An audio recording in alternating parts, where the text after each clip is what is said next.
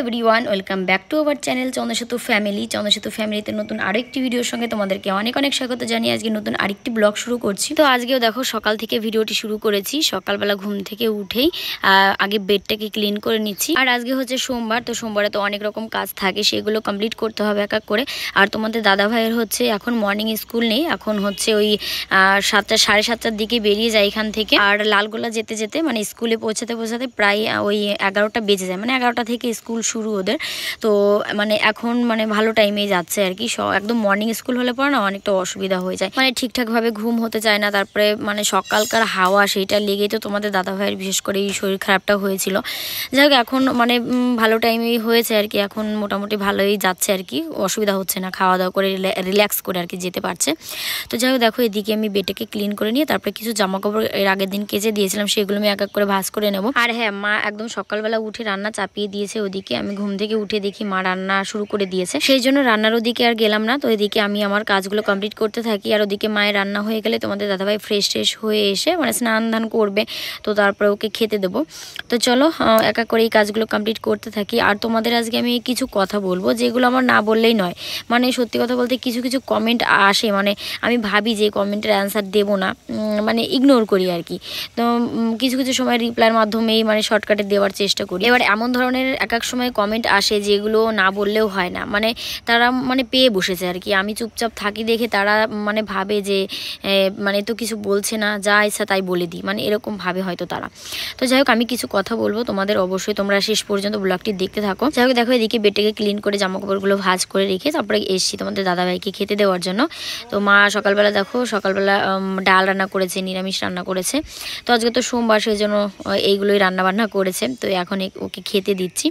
আর ওকে একটু ঘি দিয়ে দিই প্রত্যেক দিন, মানে সকালবেলা ঘি দিয়ে খেতে দিই, কারণ ওর শরীরটা খুবই দুর্বল হয়ে গেছে আর কি। মানে মাথার মধ্যে ঘোরায়, কিছুক্ষণ বসে থাকলে না যখনই ওঠে তখন মাথার মধ্যে মানে ঘোরায় আর কি।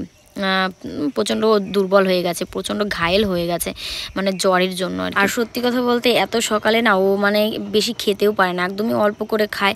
মানে সকালবেলা এমনিতেই কিছু মানে ভারী জিনিস, বিশেষ করে ভাত জিনিসটা এত সকালবেলা খাওয়া যায় না। এবার আমরা গ্রামে থাকি যেহেতু, আমাদের না একটু অভ্যাস, সকালবেলা হলেও আমরা কিছুটা খেয়ে যাই। কিন্তু শহরে যারা থাকে তারা কোনোদিন এত সকালে ভাত খাবে না। এবার আমাদের একটু অভ্যাস আছে দেখেই আমরা কিন্তু মানে এত সকালবেলা আর কি মানে খাওয়া দাওয়া করতে পারি। তো সেই জন্য দেখো 7:30টার আগেই প্রায় মানে ও খেতে বসে আর কি। এত সকালে বেশি খাওয়াও যায় না, খেলে পরেও ভালো লাগে না পেটের মধ্যে। তো কোনো রকম করে খাওয়া দাওয়া করে যায়। এবার না মানে যদি রান্না করে দিই, না খেয়ে যায়, তাহলে তো আমাদেরই কেমন লাগবে যে আমরা রান্না বান্না করে খাওয়া দাওয়া করবো আর ও ওখানে জার্নি করে যাবে, কষ্ট করবে, একটা কেমন যেন একটা লাগে। আর ও খাবার নিয়েও যেতে চায় না, যে সকালবেলা প্যাকিং করে দেবো কিছু, সকালবেলা হালকা কিছু খেয়ে যাবে আর ওখানে গিয়ে ভাতটা খাবে, সেটা খায় না, মানে ভাত নিতেই চায় না, মানে খাবার জিনিস আর কি। তো যাই হোক এইভাবেই চলতে হবে। তো দেখো ওকে খেতে দিয়ে তারপরে ও রেডি সেডি হয়ে চলে গেছে। তারপরে আমি দেখো সোজা ঢুকেছি ঠাকুর ঘরটা ঝাড়টার দিয়ে তারপরে এখন মুছে নিচ্ছি। আর আজকে তো সোমবার, সব মোছা টোছা করতে হবে এদিকে সেদিকে। তো এক এক করে টুকটুক করে মানে কাজগুলো কমপ্লিট করতে থাকি। আর তো চলো, যে আমি মেন মানে কথাটা বলার জন্য আমি তোমাদেরকে কি বলবো, প্রথমেই বললাম যে তোমাদের কিছু কথা বলবো, তো সেইগুলোই বলি আগে। হ্যাঁ, তার আগে দেখো আমি ঘরটা মুছবো দেখি আমি দেখো এই লাঠিটা কিনে নিয়ে এসেছি এর আগের দিন। আসলে এরকম লাঠি এর আগে ছিল, কিন্তু সেটা হচ্ছে নষ্ট হয়ে গেছে, আর এর থেকে বেশি ভালো মানে পেলাম না আর কি। তবে আগে যেটা ছিল ওটার থেকে এটা একটু ভালো। যাই হোক নিয়ে আসলাম, এখন ঘরটা মুছে নিই। আর তো চলো যেটা বলছিলাম, আচ্ছা প্রথমত আমি যে ধরনেরই ভিডিও করি না কেন সেটাতে কিছু কিছু মানুষের প্রচুর পরিমাণে সমস্যা, মানে যে ধরনেরই ভিডিও করি না কেন, মানে আমি যদি নেচে ভিডিও করি তাতেও প্রবলেম, যদি না নাচি তাতেও প্রবলেম, যদি হাসি তাতেও প্রবলেম, যদি কান্না করি তাতেও প্রবলেম। কেন বলছি, এর আগে একটা শর্ট ভিডিও করেছিলাম, মানে একটা ওয়ান পিস পরেছিলাম। তো সেখানে না অনেকে আমাকে কমেন্ট করেছে যে তোমাকে এই সব ড্রেসে মানায় না। তারপরে অনেকে আবার এরকম ধরনের কমেন্ট করেছে, লিখেছে যে এই বর চাকরি পেয়েছে না, যার জন্য মানে আমি পাল্টে গেছি, বা আমার ঘ্যাম বেড়ে গেছে, অহংকার বেড়ে গেছে, বা আমার ড্রেসের এই ভাব, মানে পোশাক আলাদা হয়ে গেছে। তো এরকম ধরনের কমেন্ট, নানা রকম কমেন্ট এসেছিলো সেই ভিডিওতে আর কি। তো তোমাদের কাছে না আমি একটা কথা মানে জিজ্ঞাসা করতে চাই যে কেউ কি জন্মের সময়, মানে জন্ম যখন হয় কারোর, তখন কি তার গায়ে লেখা থাকে যে তোমাকে এই ড্রেসটা পরলে, বড় হলে তুমি এই ড্রেসটা পরলে তোমাকে মানাবে, বা এই ড্রেসটা পরলে তোমাকে মানাবে না? মানে জন্মের সময় কি কারোর গায়ে লেখা থাকে, বা এটা কি জন্মের থেকেই মানে বোঝা যায় যে তুমি এই ড্রেসটাই পরতে পারবে, এটাতেই তোমাকে মানাবে? আর রইলো বাকি বরের চাকরি পাওয়ার কথা। আচ্ছা, বরের চাকরি পাওয়ার আগে কি আমি এই ধরনের ড্রেস কোনোদিনও পরিনি? হ্যাঁ, অবশ্য ভিডিও করিনি, তখন ভিডিও করতাম না, মানে কি বলবো, বিয়ের পরে পরে তখন কোথাও ঘুরতে যায়নি বা পরার সুযোগ হয়নি, তার জন্য পরিনি। কিন্তু বিয়ের আগে আমি এইসব ড্রেস পরেছি। আর ড্রেস পরার সঙ্গে স্বামীর চাকরি পাওয়ার কি সম্পর্ক আছে, আমি তো এটাই বুঝি না। যার যেটা ইচ্ছা করবে পরার জন্য সে সেটা পরতেই পারে। তবে হ্যাঁ, তাই বলে এই বলছি না যে কেউ নোংরা ড্রেস পরুক। আমিও পছন্দ করি না যারা নোংরাভাবে ড্রেস পরে বা নোংরাভাবে ভিডিও করে, তাদেরকেও আমার পছন্দ হয় না। তো আমি তো এমন ধরনের কোনোদিন কোনো ভিডিও করিনি যাতে আমাকে নোংরা লাগে, খুবই বাজে লাগে। আমি যথেষ্ট ভদ্রভাবে ভিডিও করার চেষ্টা করি। সত্যি কি আর বলবো, তোমাদের মানে কমেন্ট দেখে না আমার মাঝে মাঝে এত খারাপ লাগে। আরও কিছু কথা বলার আছে, সেগুলো একটু পরে বলছি। দেখো, তার আগে আমি ঘরটাকে মুছে নিলাম। ঘরটা মোছার পরে ঠাকুর ঘরটা মুছে নিলাম। তো এরপরে যে এই জায়গাগুলো একটু ঝাড় দিয়ে দিচ্ছি ভালো করে। আসলে আমার শাশুড়ি মায়ের হাতে ব্যথা, তো যার জন্য সকালবেলাটা উনি কোনোরকমভাবে ঝাড় দেয়, কিন্তু খুব একটা বেশি পরিষ্কার হয় না। তো ভাবলাম কি এই মানে কি বলবো, রাস্তার সামনে আর কি উঠোনে, তো এই জায়গাটা একটু পরিষ্কার না থাকলে পরে ভালো লাগে না দেখতে। তো সেই জন্য ভাবলাম কি ঝাড়টা দিয়ে একটু ঝাড় দিয়েই নিই আর কি ভালো করে। এই জায়গাটা কেমন যেন একটা লাগছিল, তো সেই জন্য এই জায়গাটা একটু পরিষ্কার করে নিচ্ছি। আচ্ছা, আর একটা কথা, যেটা আমার নাচ নিয়ে, অনেকে আমার নাচ নিয়ে কমেন্ট করে। যেরকম এর আগে একটা ভিডিওতে আমার নাচ নিয়ে একজন কমেন্ট করেছে, লিখেছে যে নাচ করার আগে অবশ্যই একটা নাচের মাস্টার নিও। তো তাকে আমি রিপ্লাই দিয়েছিলাম যে নাচের মাস্টার নয়, তুমি চলে এসো, তুমি এসে নাচ শিখিয়ে দিয়ে যাও। তো সে আবার আমাকে লিখেছিল যে আমি যাকে তাকে নাচ শিখাই না। তো তারপরে আমি আবার তাকে লিখেছিলাম যে যাকে তাকে নাচ শেখাও না, তাহলে যাকে তাকে মানে বলতে আসো যে নাচ শিখে তারপরে নাচ করবে। তো সে আবার আমাকে কি লিখেছে জানো? লিখেছে যে তোমার আমি ভালোর জন্যই বলছিলাম দিদি, তুমি নাচ শিখে যদি নাচ করো তাহলে ভালো লাইক পাবে, কমেন্ট করবে, ঠিক আছে, ভিউজ হবে, এরকম একটা কমেন্ট করেছে।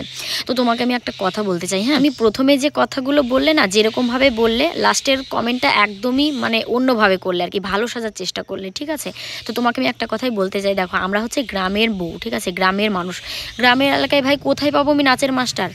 আর আমি এখন সংসার ছেড়ে দিয়ে মানে এইসব ছেড়ে দিয়ে আমি এখন নাচ শিখতে যাবো নাকি আমি? আর রইল বাকি লাইক কমেন্ট পাওয়ার। আমি যেরকমভাবে নাচ করি, যেরকমভাবে থাকি, আমার লাইফস্টাইল আর কি, আমি যেরকমভাবে ভিডিও করি এরকমভাবে ভিডিও করে আমি ভাইরাল হয়েছিলাম। আর দ্বিতীয়ত এরকমভাবেই যদি আমার হতে হয় তাহলে এরকমভাবে আমি ভাইরাল হব, আর এরকমভাবে লোকে দেখবে, লাইক কমেন্ট করবে, ঠিক আছে। আমাকে ওই নাচ শিখতে হবে না, আমি যতটুকু পারি নিজের যোগ্যতায় ততটুকুই ভালো, আমার বেশি নাচ শেখার দরকার নেই। আর তোমার যদি আমার ভিডিও দেখতে অসুবিধা হয়, আমার নাচ যদি তোমার পছন্দ না হয়, তাহলে তুমি আমার ভিডিও দেখো না, আর এরকম ধরনের কমেন্ট করতেও এসো না, ঠিক আছে। প্রথমে তুমি অভদ্রের মতো কমেন্ট করবে, তারপরে ভদ্র সাজার চেষ্টা করবে, মানে কি বলবো, মানে কি পেয়েছে এরা কি জানি, মানে আমার কোনো কিছু করলে, আমি যা কিছু করি না কেন তাতেই তাদের প্রবলেম। এটাই বুঝি না যে তোমাদের যদি আমার ভিডিও ভালো না লাগে ভাই দেখো না, এরকম ধরনের কমেন্ট করতে এসো না যে এটা পড়লে তোমাকে ভালো লাগবে না, এটা করলে তোমাকে ভালো লাগবে না, সেটা করলে ভালো লাগবে না, তুমি এইটা করো। আর একটা কথা, আমি স্লিপলেস পরি তাতেও প্রবলেম, তোমাকে গ্লাস হাতাতে মানায়। আরে ভাই, ভালো মানায় বা না মানায়, সবসময় কি আমি গ্লাস হাতা পরে থাকবো নাকি? আর সবসময় কি ফুল হাতা পরে থাকবো? আমার যখন ইচ্ছা, যেটা করতে ইচ্ছা করবে আমি সেটা করব। আর সেটা অবশ্যই আমি ভদ্রভাবে করব, নোংরাভাবে নয়, ভদ্রভাবে। স্লিপলেস সবাই পরে, পৃথিবীর অনেক মানুষ আছে যারা স্লিপলেস পরে বা যারা শর্ট পরে, শর্ট ড্রেস পরে। দেখো গা, একটু শহর এলাকায় গিয়ে দেখো গা তারা কেমন ধরনের ড্রেস পরে। সেরকম তো আমরা কিছুই করি না, জাস্ট ভিডিও করি, ভিডিওর মাধ্যমে তোমাদের কিছু কিছু সময় ড্রেস পরি, সেগুলো তোমাদের সঙ্গে শেয়ার করি, তাতেই তোমাদের মানে অনেক কিছু হয়ে যায়, মানে কি বলবো, সত্যি মাথা গরম হয়ে যায় তোমাদের এই কমেন্ট দেখলে মাঝে মধ্যে। আচ্ছা, যখন আমি আবার একটু মানে সেজেগুজে ভিডিও করি বা সেজেগুজে বিয়ে বাড়ি যাই, কোনো অনুষ্ঠানে যাই, তখন যদি ভিডিও করে তোমাদের সঙ্গে শেয়ার করি, তখন অনেকেই বলবে যে তোমাকে সিম্পলি ভালো লাগে, তোমাকে সাজলে ভালো লাগে না। আরে ভাই ঠিক আছে, আমাকে সিম্পল ভালো লাগে, তাই বলে কি আমি সাজবো না? কোনো অনুষ্ঠান বাড়িতে কি আমি একদম সিম্পল চলে যাব? সব কিছুতে মানে সব জায়গায় কি সব কিছু মানায়? মানে মানানসই তো আছে একটা। তোমরা কি সাজো না জীবনে? যারা সিম্পল, আমাকে সিম্পল দেখতে ভালোবাসো, তারা কি জীবনে সাজো না তোমরা? সত্যি মানে তোমাদের মাইন্ড দেখলে আমার হয়ে যায়, মানে মাঝে মধ্যে এতটা রাগ হয় না, বলে বোঝাতে পারি না। আসলে কি বলো তো, সবার জীবনে একটা স্বাধীনতা বলে কিছু আছে, সেগুলো তোমরা মানে অন্য থেকে মনে হয় তোমরা কেড়ে নিতে চাও। তো সেই জিনিসটা অবশ্যই করো না, মানে কি বলবো, সেটা পাপ, আমি বলি সেটা পাপ। যাই হোক, দেখো ওদিকে মানে সকালবেলা দেখো কতগুলো কাজ হয়ে গেল, সেগুলো তোমাদেরকে দেখালাম কিন্তু বলতে পারলাম না। ওদিকে স্নান করে পুজো করে তারপরে খাওয়া দাওয়া করে অনেকক্ষণ রেস্ট করছিলাম। এখন তোমাদের দাদাভাই প্রায় আসার টাইম হয়ে গেছে, সন্ধ্যার আগে দেখতেই পাচ্ছ এখনও আলো আছে।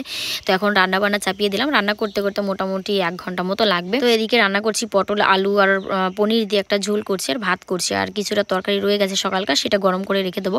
আর এদিকে দেখো রান্না করতে করতে বৃষ্টি শুরু হয়ে গেছে, সেই জন্য হচ্ছে আমি সব জামা কাপড়গুলো সব তুলে নিচ্ছি। আচ্ছা, এই যে কথাগুলো বললাম তোমাদেরকে, তোমরা কিন্তু অবশ্যই কমেন্ট করে জানিও যে আমি এগুলো ঠিক বললাম কি ভুল বললাম। আমার মনে হয় আমি ঠিকই বলেছি। অনেকে আবার বলবে যারা আমাকে ভালোবাসো, অনেকে বলবে যে দিদিভাই তুমি ওদের কথায় কান দিও না। তো দেখো, কান ততক্ষণই দেওয়া যায় না যতক্ষণ তারা ভালো কমেন্ট করে। আর মানে একটা খারাপ কমেন্ট করার একটা লিমিট থাকে না, মানে একটা মানে ধৈর্যের একটা বাঁধ থাকে না, সেটা মানে ওরা মানে কি বলবো খুলে দেয় আর কি। তো সেই জন্য আমার এই কথাগুলো বলতে হয়। যাই হোক, এদিকে দেখো জামা কাপড়গুলো তুলে সব ঘরে রেখে দিচ্ছি। আর তারপরে দেখো এদিকে রান্নাবান্না তো চলছেই। আর এদিকে প্রচুর পরিমাণে বৃষ্টি শুরু হয়ে গেছে, দেখতেই পাচ্ছ খুব জোরে মানে বৃষ্টি শুরু হয়ে গেছে। আর তো আমি মনে মনে ভাবছিলাম যে তোমাদের দাদাভাই ট্রেন থেকে হয়তো নেমে গেছে, বৃষ্টির মধ্যে কি করে আসবে। আসলে ও আসছিল, ওখানে বৃষ্টি হয়নি, মানে পলাশী ওদিকে বৃষ্টি হয়নি, আমাদের এই গ্রামে এখানে হয়েছে হয়তো বৃষ্টি।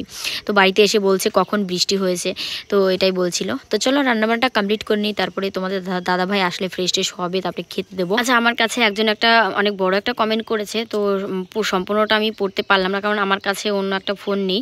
তো যাই হোক, সে আমাকে জিজ্ঞাসা করেছে দিদিভাই তোমার ভিডিও দেখতে খুব ভালো লাগে, আর তুমি যে কাজকর্মগুলো করো এইগুলো কি তুমি বিয়ের আগের থেকেই করো নাকি মানে বিয়ের পরে থেকেই করো।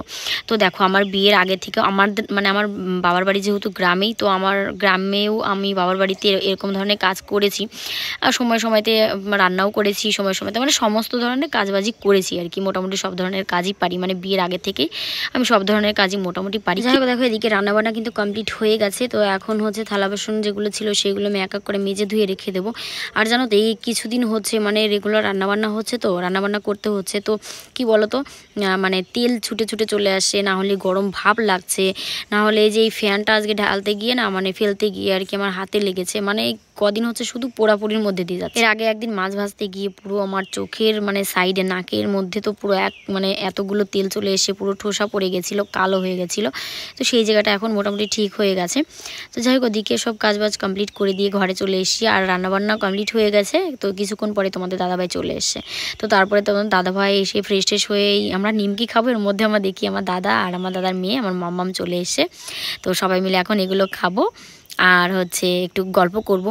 তো তারপরে এইগুলো খাওয়া দাওয়া করে তারপরে একবারে রাত্রে খাওয়া দাওয়া করে মানে খাওয়া দাওয়া করে তারপরে রুমে চলে আসবো। আর তোমাদের দাদাভাইকে বলেছিলাম চলো ভাত খাবে, কিন্তু ও বললো কি না একবারে রাত্রেবেলায় খাবো। আমরা যেহেতু 8টা সাড়ে 8টার মধ্যে খাওয়া দাওয়াটা কমপ্লিট করে নিই, তো সেই জন্য বলে একটু পরেই খাবো।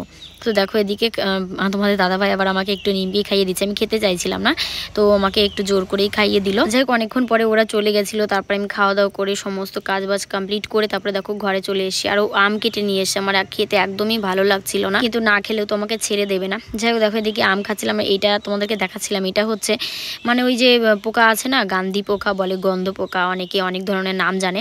তো সেগুলো এখানে লেগেছে কবে আমি জানি না, তো দেখছি ঠোসা পড়ে পুরো লাল হয়ে গেছে, মানে পুড়ে গেছে, মানে এত খারাপ অবস্থা এই জায়গাটার। তোমরা মানে তোমাদেরকে তো দেখালে আমি, প্রচণ্ড খারাপ অবস্থা। যাই হোক, এখন ঘুমিয়ে পড়বো। তোমাদের ভিডিওটা কেমন লেগেছে অবশ্যই কমেন্ট করে জানিও। সবাই ভালো থেকো, সুস্থ থেকো।